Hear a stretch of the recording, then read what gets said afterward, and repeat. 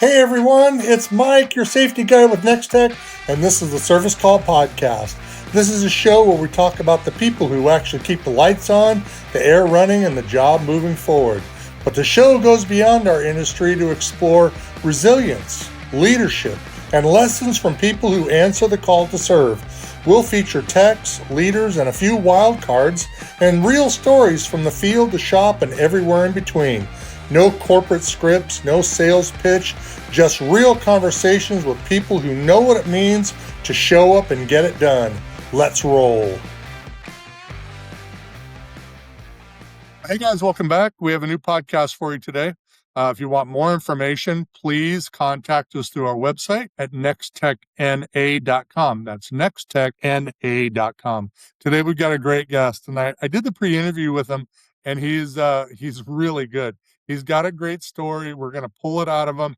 And then I have a feeling that he's going to take off, and I might as well just close my screen and let it be Mark, because Mark's got a great story. So welcome. We have Mark Bratcher on the phone. Welcome, Mark. What's going on, everybody? You've been in the trade a while. Tell us a little bit about you. Don't go real long because we'll break it up, but tell us a little bit about you, how you got in the trade, how long you've been doing this. I've been doing this for 20 plus years. I think 25, but around, I'd say 20 plus years.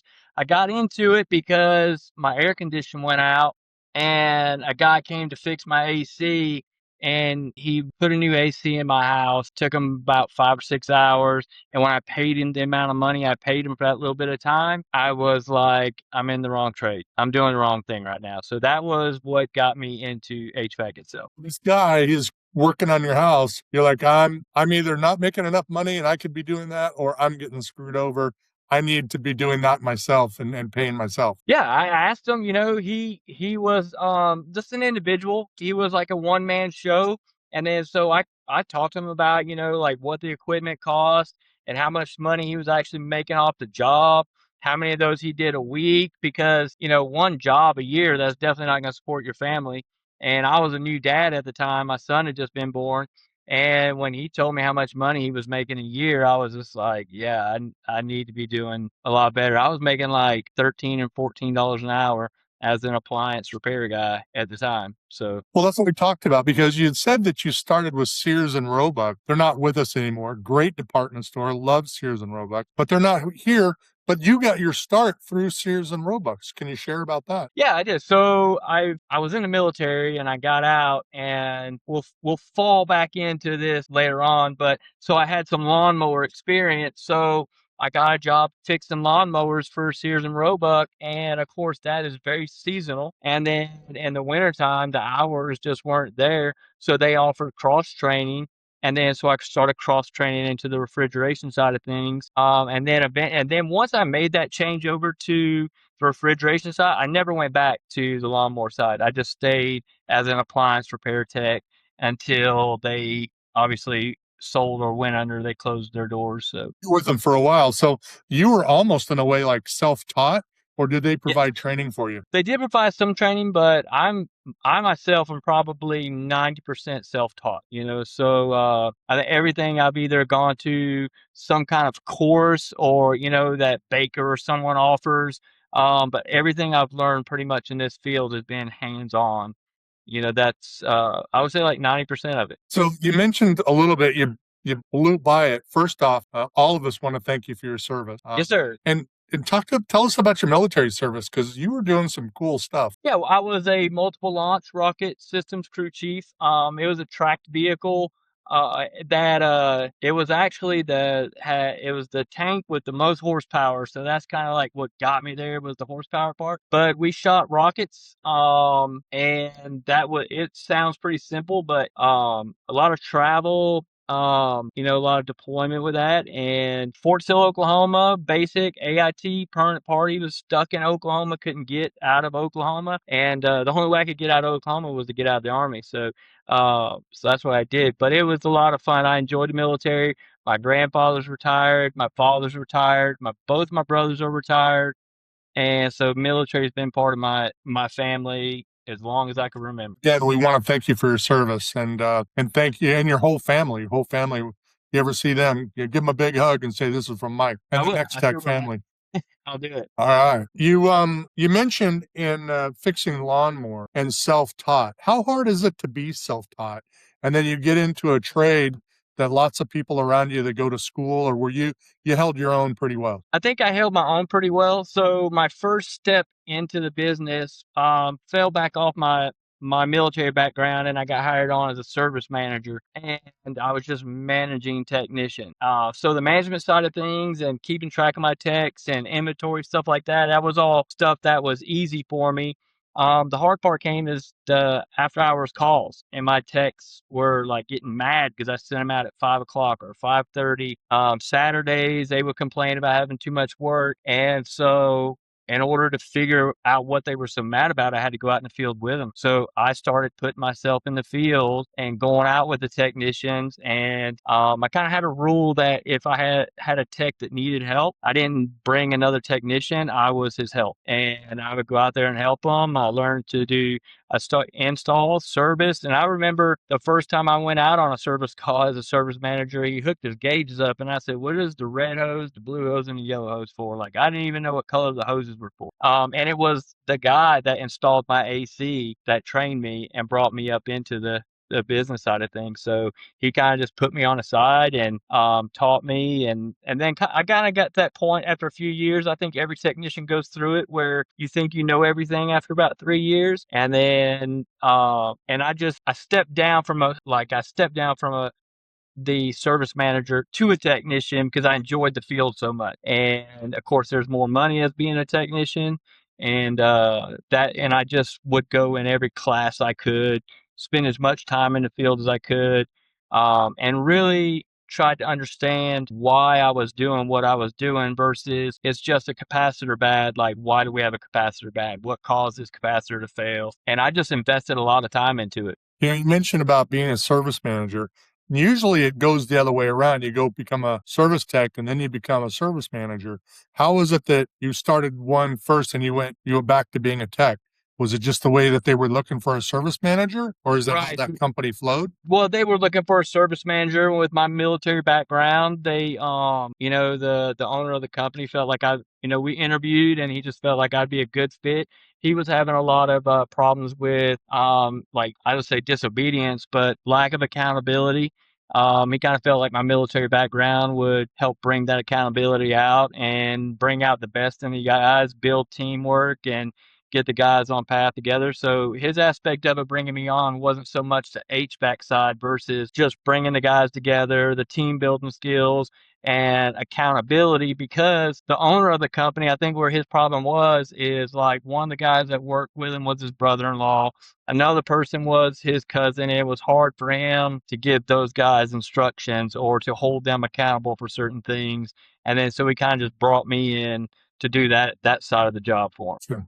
So are you mostly then at that time, were you doing mostly residential, light commercial, or commercial Yeah. only? No, it was residential. It was residential, very light commercial. And then like the light commercial side was ice machines. I think really the refrigeration side of it was probably strictly ice machines. Light commercial was gas stations. The biggest thing I ever did was for a glass bottling company in Warner Robins. That was probably the biggest commercial thing I had done. Now you're in the commercial business. You Right. leave the residential behind, or was there another skip along the way before you ended up at a larger nationwide job? Well, residential, I lived in South Georgia, and down there, everything is pretty much like mom and pops on the residential side. There was never a big residential company, and I kind of felt like I was chasing a dollar with each of them. And so I had went through a divorce, and I just needed a fresh start. And I wasn't really going anywhere in South Georgia. I was just like barely making ends meet. I was divorced. I had 2 kids. So I was just scraping by. And I just woke up one day and was like, I need a fresh start. And I just literally packed all my stuff, resigned from my position with the company I was with, and moved to Athens, where my family was.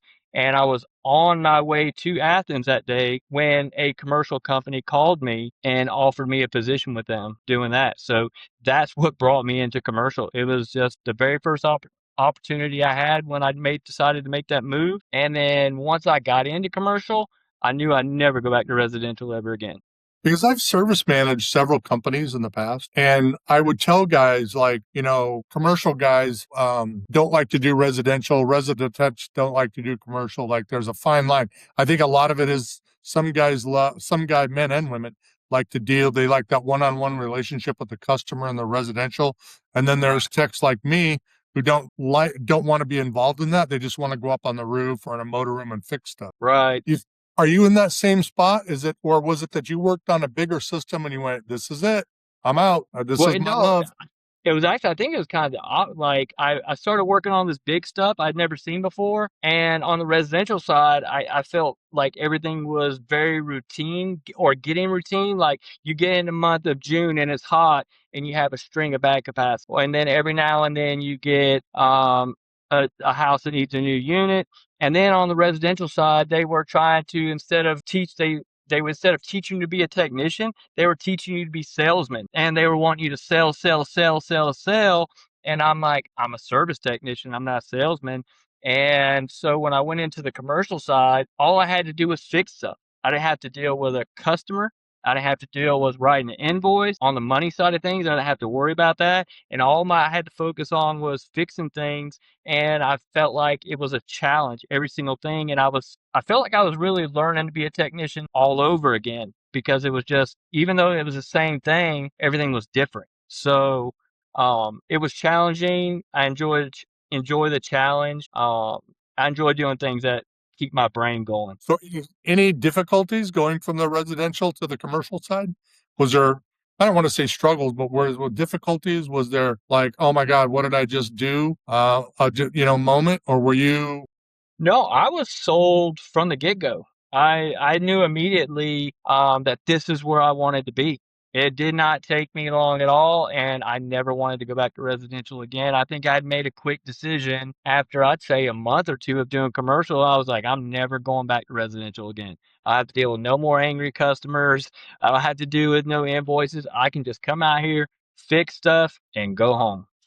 So, and the on-call was different, too. So it was way different. The on call, that part sold me too, because you weren't working until 2, 3 in the morning. I haven't had to do that yet, but and I understand there are commercial companies that do that, but I haven't experienced that yet. So that was one of the other things too. So I felt like I had a better quality of life, and I didn't have the aggravation of customers and stuff like that. And I didn't have to sell anything. So refrigeration, are you still doing refrigeration? Oh yeah. The refrigeration side, that's my favorite thing now. I love the refrigeration side. So the HVAC side, that stuff is, to me, I'm gonna call it simple, because we always run into things that make us think. We run into something in commercial because they're steadily bringing new things on that I haven't seen before, and so that's kind of, that stuff's challenging. But the refrigeration side, I had only worked on ice machine, and so I understood a little bit about 404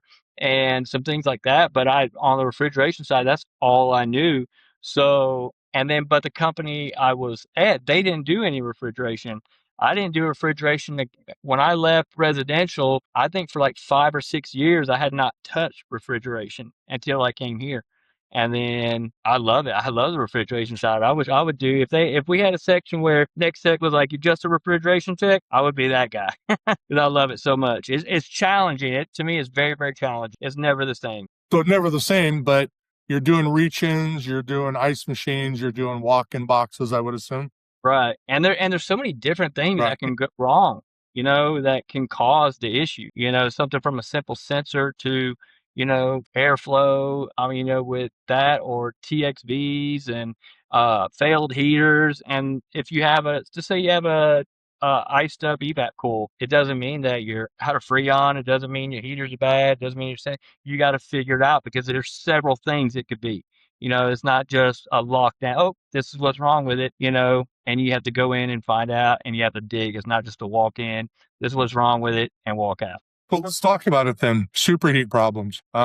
That's one of my number one questions. One of my number one questions when I interview a new technician is, what is superheat, and like, what about it? Is Is superheat still, do you think, is still a big problem today with today's newer systems? Or do you think that the systems themselves, as we're starting to get into AI and self-diagnostics, they're taking care of themselves? I wouldn't say taking care of themselves. I think it's probably the most overlooked thing in the industry. I think it's we're not in the industry, but in refrigeration. I definitely don't think it's the on the factory side of things is any different, or like an issue at all because they set the standard where it should be. I think it's when it gets out into the field. I think that the way they have it set up in the factory and they have it in this working condition at this superheat, this subcoolant, whatever. And then when it gets into the field and the unit becomes 5 or 6 years old, the coil's bashed in, uh, covered in ice cream stuff, and so many things change with that unit that superheat balance changes as well. And then so I think learning to understand, the difference, and what you got to do and get that superheat correct. And then with the charge, like as far as your superheat and the charge, it's so important because we have all these reach-in freezers and coolers that come in, and then the factory charge is listed on the label. That's not there for the condenser also. So understanding that superheat and keeping that superheat where it's supposed to be is important. But the factories don't list it. They don't give a like they don't say because this unit's good for 404, 448, 134, or four different refrigerants. So I think understanding like what refrigerant you got in there, what the goal superheat is supposed to be, and getting the charge correct with that refrigerant, with all the other surrounding things that go with it, I think it's overlooked. I think it's just one of those things that it's not checked. I think it's more on the technician than it is the manufacturer. Do you think it's overlooked then? Because I'm going to zero in on that one because you're right. Do you think it's overlooked because maybe that part of the trade isn't taught or techs don't understand it and they're afraid to say, I don't really understand superheat? I think it's both. I think it's both. I think it's the lack of knowledge, technicians scared, and then the technicians not knowing it, and then not instead of I think maybe it's not, and then getting the education, saying instead of like raising your hand and saying to your ops manager or ASM and saying, hey, I need some lessons on superheat, and then them getting the proper, class or education or something or the one-on-one with it. And it's just like, you're not going to learn it on one system. So I think it's all the above. Everything you said, I think goes into it. I think every single aspect of that is one of the issues. So knowing your background, knowing what you know, both of us combined, what we know, what do you think are some of the number one reasons for system failure? Like besides electrical,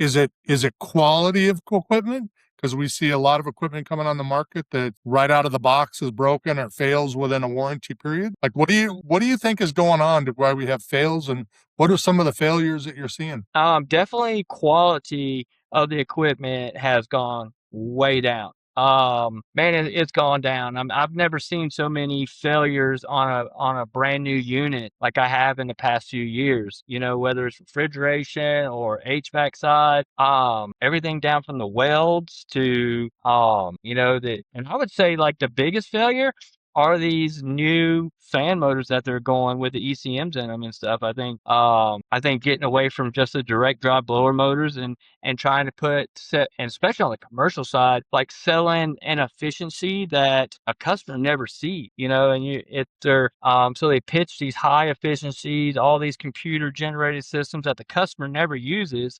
themselves unless some customers actually have a teletrol system that monitors and watches, but they don't watch efficiency. They just watch what the unit's doing. So that efficiency is only as good as the sales floor. And then once it gets out there, it's not there no more.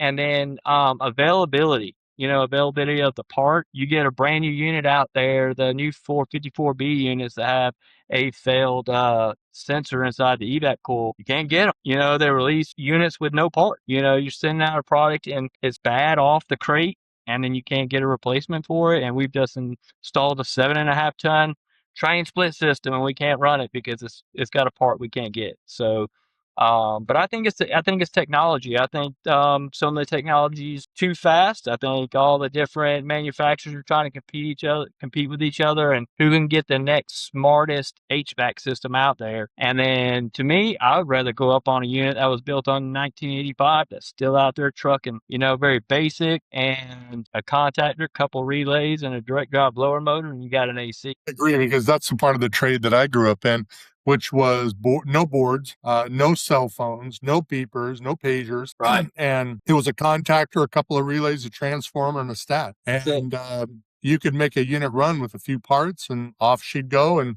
That's would take it. off. I think the ECM motor part, they're squeezing energy and trying to drive those ECMs and the freak drives and get Right. you to variable speeds. So I think there's the squeeze of energy, but then you have, like on a supermarket, the energy savings is huge. If you can have a whole rack on ECMs, you can have a whole rack on compressors that are running variable speed.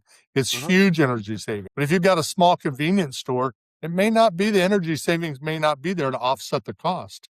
Yeah, yeah, of course. You know, and then I'll tell you one thing you do see with that. So you go out there and you go out to a customer. Say it's a customer it's a new one of our new customers, and they have units that are 5 years old, and someone's gone on there and done a repair, and they didn't go back with the ECM.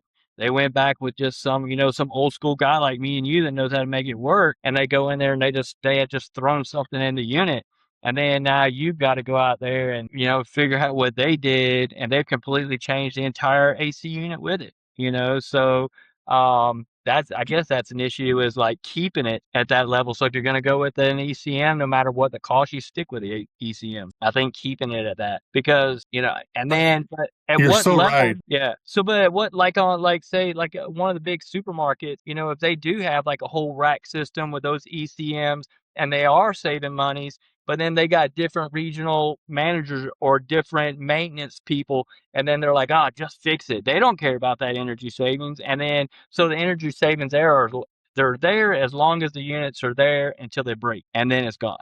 So then that's Like kind an of thing. economizer. Do I now? Like an economizer.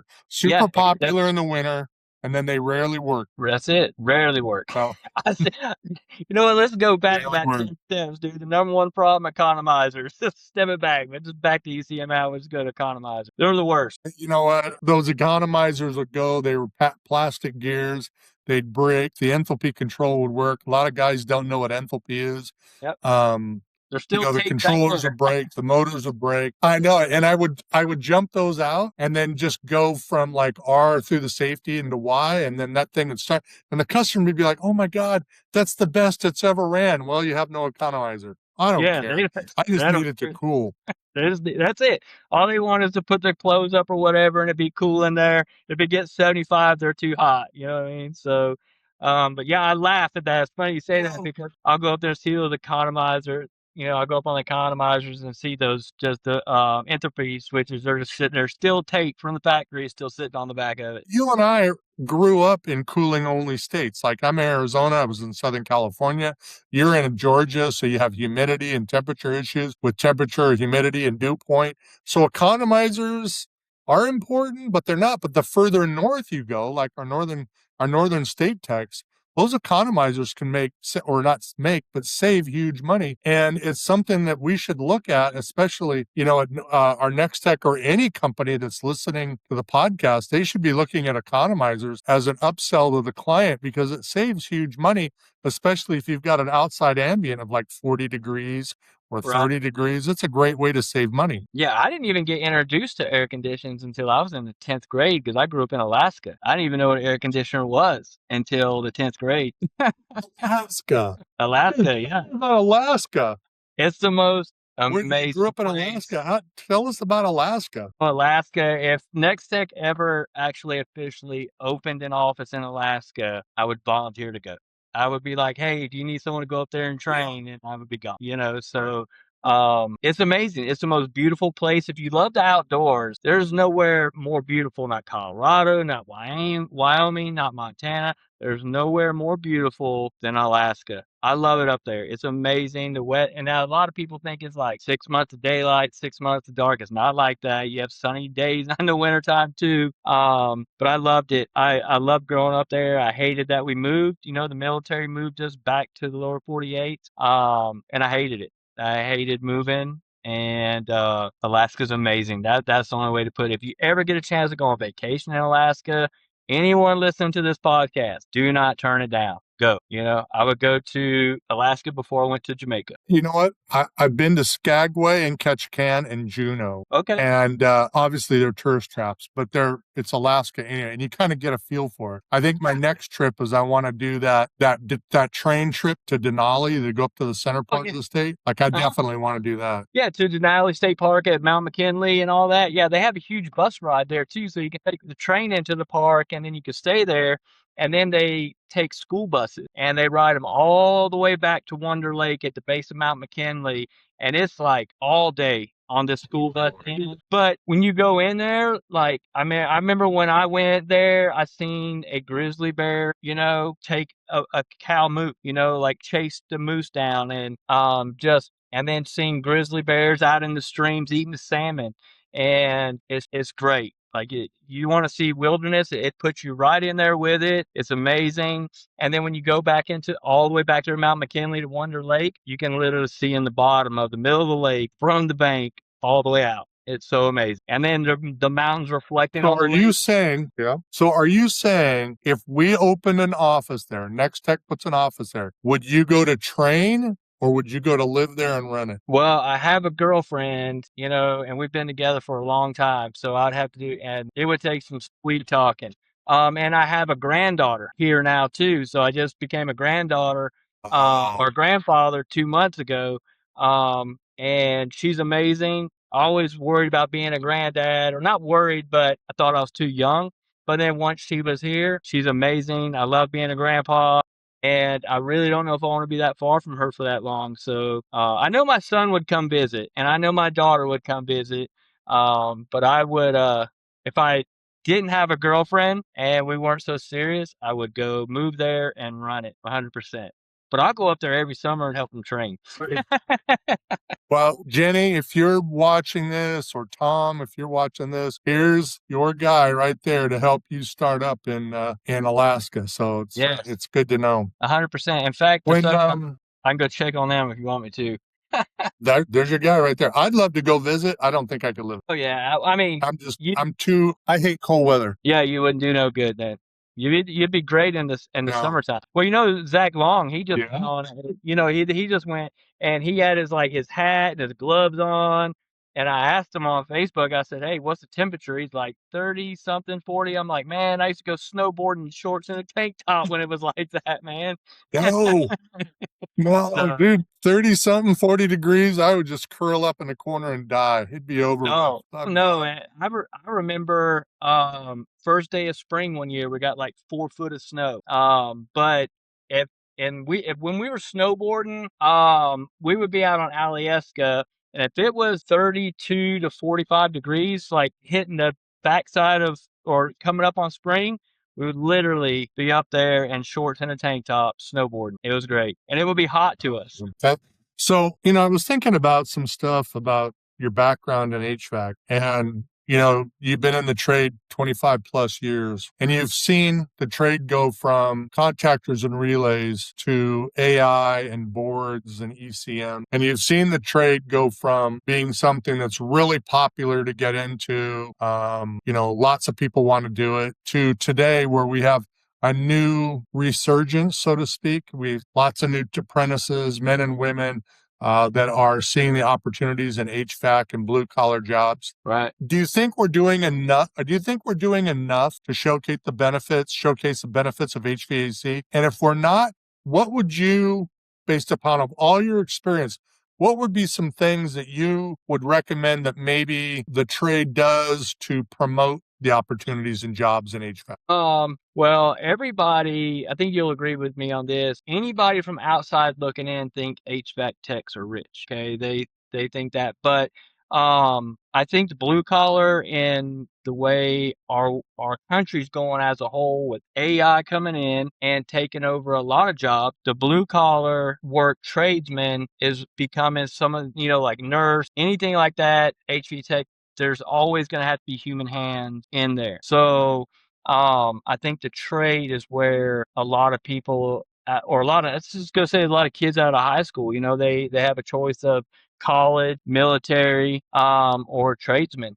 And I think a lot of people are going into the trade. I think it's getting better. I think you definitely agree on this. Back in the old days, on the installs and stuff, a lot of the companies would hire just anybody to do an install. So we had a bad reputation for some of the technicians that we had. So I think a lot of that's cleaned up. I think a lot of the technicians have good reputation, or reputations. But as far as what we could do better for the techs, I think Nextech is doing a great job all the way around. It's a very competitive pay. The benefits are great. The hours are there year round. And then we're in all the states. So if you were to move or something, Nextech works with you. You can just, if I move to Florida, I can just transfer to Florida. So you don't have to worry about quitting a job, starting a job. And then the biggest thing I love about Nextech is the fact that you can go from a technician to an ops manager, and you don't have to compete against Tom's cousin. So I think we're doing a lot of good things. Yeah, I'm really trying to think of a direction. Let me ask you then. Do I know? Well, let me ask you while you're thinking. Yeah. Let me ask you something. So there was a deal on social media where a guy, real popular social media influencer, and he made the comment. He said that we don't talk about the bad side of HVAC. And then people, men and women, get into the trade. And then all of a sudden it's like, oh my gosh, I didn't know anything about this. And then they leave and they go out of HVAC and they go back to their old jobs or whatever. And one of them was the hours. And they were talking about the amount of hours that we spend away from family, the amount of workload, the drive time. And he's like, we don't talk about the bad. We talk about the good, which is opportunities, endless opportunities. You can do refrigeration, engineering, ice machines, HVAC, commercial, residential, laboratory, medical, hospital, powered generation. I mean, we can do anything, right? That's right. But then we end up not talking about the bad. So do you think there is a bad? Because for me, the stuff he was talking about didn't bother me. I wanted the hours, so I didn't care. Yeah. But do you think there's a bad part of the trade? No, I think that relies on the individual. I think that relies on the individual's lifestyle. And to be honest with you, like, I'm trying to think of probably the best way is I think that there is laziness. Like I and you come from a different generation. I've been working since I was 9. I had a paper route in Alaska and delivered papers 365 days a year, most of the time by foot, in the snow, no matter what. 59 below zero, I was still delivering papers. So, yeah, and for me, the hours being there in this, I think it's a mindset. I think it's a mindset. I think it's a mindset. Yeah, I think that relies on the end. I think that's got to be on an individual case, because, like, for me, all those things that you mentioned there, I'm good with. I think that's the benefits of it. Having the hours there, and then you get paid to drive. Like, oh, you got a 2-hour drive, so you just got paid 2 hours to listen to the radio. Like, I don't know how much, and then you get mad because you want to go home and listen to the radio when you can get paid and listen to the radio. So, yeah, those are all benefits. Everything that, like, for me, what you said, those are benefits. Those are good things for me. As far as the bad side goes, I mean, I would say on call. Being on call, that's the worst part about the job, is being on call. I can't stand it. I never liked on call either. Yeah, that's the worst part of the job, is being on call. Like, you always, somehow, you never keep track of it because you don't look forward to it. On the world's worst at it. You make plans and then you find out you're on call. But we're here in Georgia, I got the best ops manager in the world who works with us around the clock, who makes that, because I think that's the worst part for everybody. And he does a good job at balancing it for us if it's family involved. And then a lot of us guys, we all work together to cover for everybody. So it's not a huge issue here in Georgia at all. But it is the worst part of the job, is on call. That's the downfall. Yeah, I was working for a major nationwide company doing market refrigeration, and it always seemed like Christmas Eve was a good time for a compressor to crap out. And I'm sitting in a motor room with my journeyman. We're doing a compressor replace, a 30-horse compressor on Christmas Eve. Like, it just sucked. But I didn't like on call either. But I got to where my kids, when the kids are a little older, like 5 and 7 or 6 and 8, and they'd be like, Daddy, why are you going to work? And I would tell them, well, next weekend when we go camping, someone's going to be working for Daddy. But this weekend, I'm working for them so they can go camping with their family. And the kids would be like, oh, yeah, I totally get it. But I think it's in the way you present it that it works out. But again, I needed 40 hours minimum to keep my house afloat. 100%. And I remember a time, and I'm sure you do too, where we weren't paid drive time, and your time Nope. started when you got to the first job and it ended when you left the last job. Yeah, you didn't get paid for the ride home. So this is the first company I've been with that paid me from door to door. This is the first time, with this company, and it was one of when they told me we pay you door to door, I was on board. I'm like, when do I start? Tomorrow, I was great for that, my kids, I told them I was like, Dad's just got to take care of you, and this is what I've got to do, and my kids, they were always great about it, and then when they got older, and now when I went through the divorce and then my kids got older, because me and my ex-wife, we swapped holidays. So if I had the kids on Christmas Day this year, she had on Christmas Day the next year, and then we did Thanksgiving the opposite. So there were times when like I didn't have anything on Thanksgiving. I didn't get them till the day after Thanksgiving. And then here in Georgia, with my kids grown, my daughter, she's 18. She's going to college in the fall. My son's got his own family. On Thanksgiving and Christmas Day, I take call for any technician that has kids every year. Every single year, I'll find out. I'm like, if you're on call and you have kids, let me know. I'm going to take your call Christmas Day so that they can spend it with their kids. I've done it every year. And as long as I have those days available, I'll try to make it, those, because I know how important it is when your kids are little. So if I can make those days better for those guys, then that's what I do. But what are you going to do now that you're a papa? I guess wherever. Yeah, I got a little girl in the house, so things change. Things change. So yeah, I have to deal with get with my son and see where, because he's got he's getting married in September, so I'm sure he's gonna do a Thanksgiving with her parents. And then one with us. I don't know if they're gonna do one big one. Christmas Day, I will still do Christmas Day. I think that's a time that my son and his wife and kids all get to spend together in the morning. And so I'm sure they'll have a busy day regardless. And I'll probably go see him like the day after, because Christmas Day's kind of become a day to me, It's just kind of been a day for me. Yeah. So if I can see him Christmas Eve, I'm good. Christmas Day, or the day after, I'm good. So tell us about NASCAR. Oh man, NASCAR's great. Okay, so I got introduced to NASCAR when I was 13, when I moved to the lower 48. So when I lived in Alaska, it was snowboarding, Craig Kelly, Burton Snowboards. That's all I knew. And hockey. And everything was hockey. One of my best friends, he played for Colorado Avalanche. Got the Sheriff Park. You kind of look like him too. But anyway, so it was hockey and all that stuff. And then when I got down south, of course, we didn't have hockey. There was no hockey down south. And then he's still my best friend.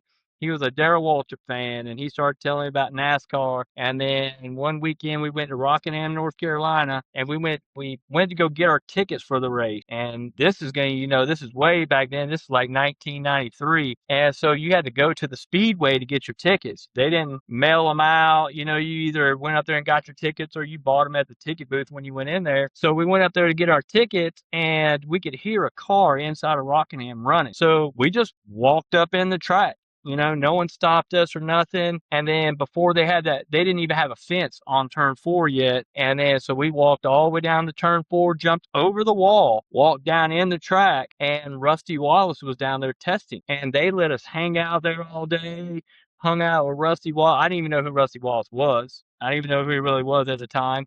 And I just got to be around that car and listen to the rumble. And I was sold on horsepower that day. And that's where my love for NASCAR began, was that day. And as a kid, we went to Rockingham twice a year. And that was the time like my parents, well, I got to go camp without parents, just me and my buddies camping in Rockingham as a kid. We got a little wild, but that brought on the love of NASCAR, was the fans, the whole environment, the horsepower. Earnhardt, Gordon had come along then. Earnhardt was there, still the Intimidator. I remember when the first Craftsman Truck Series truck was revealed at Rockingham, And then Richard Childress revealed it out there at Rockingham. So that's where my love for the sport came in. And I wanted to be a race car driver. Like that was what I wanted to do. I was like, but then I found out quick that was really expensive. And then I joined the military. Well, and this is going to sound funny, but this is the truth. So me and a buddy of mine, his name is Mike Formentini. Me and him used to go to this bar when we were in the Army, and they were racing lawnmowers behind the bar. And so we go out there and we get us a couple lawnmowers, and his dad and him were geniuses. This guy, like, he built a Gatling gun, like from the Civil War, off the blueprints, and it's exact. Like, I mean, I shot it. It's a 50 cal Perspex. He built the thing himself. And so we get out there and we start messing with pulleys on the lawnmowers and stuff, ripping the governors out of them. And we got these lawnmowers running 50 miles an hour. And then we're showing up at the bar not to have a drink or have a good time. We're there to race lawnmowers, So, and that was we painted them up like Earnhardt and Gordon. I mean, we had a Tasmanian Devil, 1957 Huff. And he got out of the military, then I got out. And there was National Lawnmower Racing Association back then. And so we looked into it and we're like, let's do it. So we started building our lawnmowers, and we had these lawnmowers running 60, 70 miles an hour. And these were stock lawnmower engines. They weren't even nothing souped up. And then a company out of South Georgia called ARC, they started building billet flywheels for them, because the factory ones would explode because they're just cast metal and we're turning them 5,000 RPM and they would just explode. So that was the very first modification, and the RPMs on the motor shot up they would go to 7,000 RPMs like nothing, the motor would implode. So then we had to do billet rods to hold the motor together. So that's kind of how it started. And next thing you know, we're putting go-kart rear ends in them.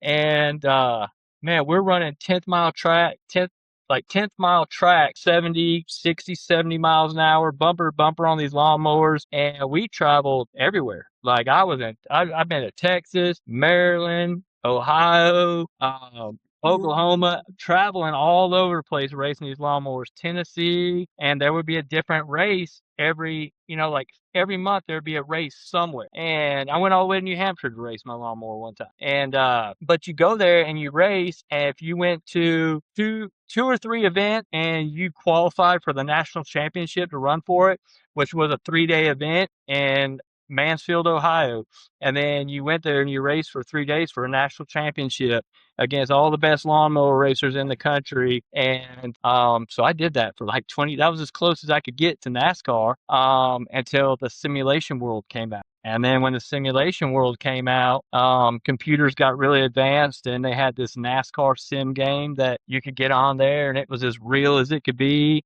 And then that developed and developed and developed until the point now it's the exact same simulator that the Cup guys use to get ready for the race. And so I went lawnmower racing. I couldn't take very many more wrecks at this age. So and really I think it was only about 3 or 4 years ago I sold all my lawnmower racing stuff, and had a guy drive all the way from Arizona to buy my motor. But I got really good at it, building engines, and enjoy it. And so now I just do the sim racing stuff with NASCAR. As far as NASCAR goes, you go to Peach State Sim Racing on YouTube. I broadcast my races live on YouTube all the time. So and I race them in VR, and it's a lot of fun, and it cures the itch. It cures that competitive itch, and it's the closest a guy like me's ever going to get to racing in a NASCAR, and it's a lot of fun.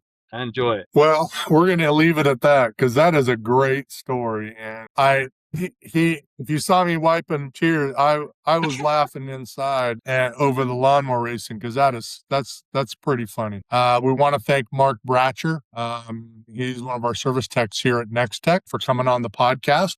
If you want to know more about Nextech, very easy to do. Make sure that you go to nextechna.com. That's nextechna.com. Until next time, be good humans, and we'll see you soon.